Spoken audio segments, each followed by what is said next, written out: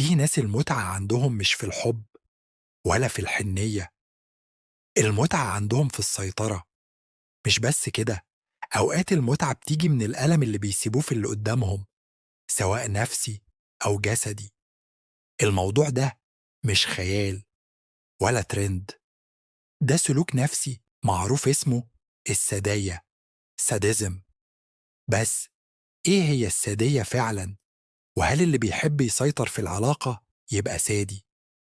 خلينا نبدأ من البداية. طب مين أول واحد ارتبط اسمه بالسادية؟ واحد اسمه ماركيز دي ساد، كاتب فرنسي عاش في القرن الثامن عشر. كان بيكتب قصص خيالية فيها خيال جنسي عنيف جدا.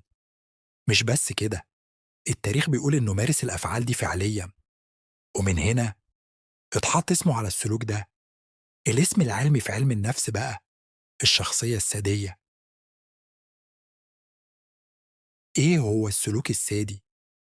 السادية مش بس في العلاقات الجنسية، السادية ممكن تظهر في العلاقات العاطفية، الشغل، الصداقات. السادي بيستمتع لما يشوف اللي قدامه بيتألم أو بيضعف. ده ممكن يكون عن طريق إهانة، تحكم، تلاعب، عقاب، عنف جسدي. طيب، هل كل الناس اللي بتحب تتحكم تبقى سادية؟ لا، في فرق كبير بين التحكم الطبيعي أو الإيادة في العلاقة وبين اللذة الناتجة عن إدلال الطرف التاني. الفرق الجوهري النية والمتعة.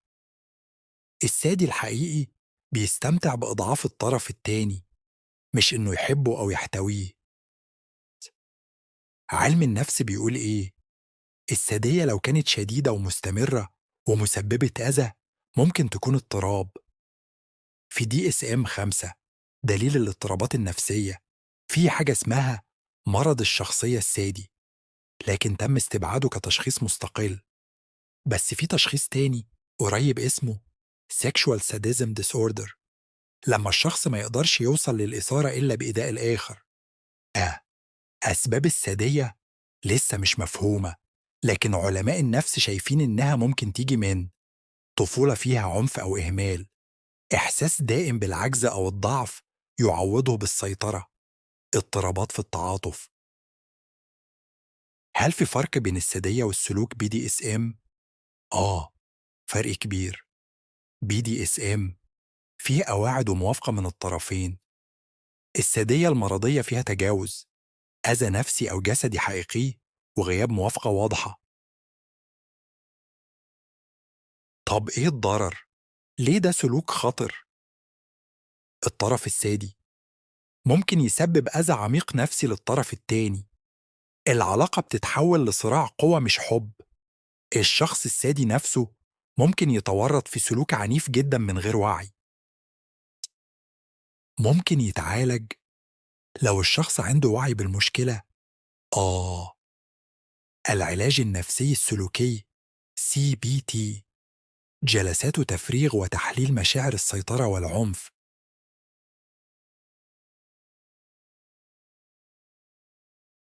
أحياناً علاج دوائي لو فيه اضطرابات مصاحبة. هل في سادية مقبولة؟ في بعض العلاقات السيطرة أو اللعب القاسي بيكون برضى الطرفين، بس لما الطرف التاني يتأذى أو ما يقدرش يقول لأ، ساعتها الموضوع بيخرج من الإطار المقبول ويدخل في دايرة الخطر. هي سؤال أخير، لو شفت العلامات دي على نفسك أو حد قريب منك، هتسكت ولا هتدور على حل؟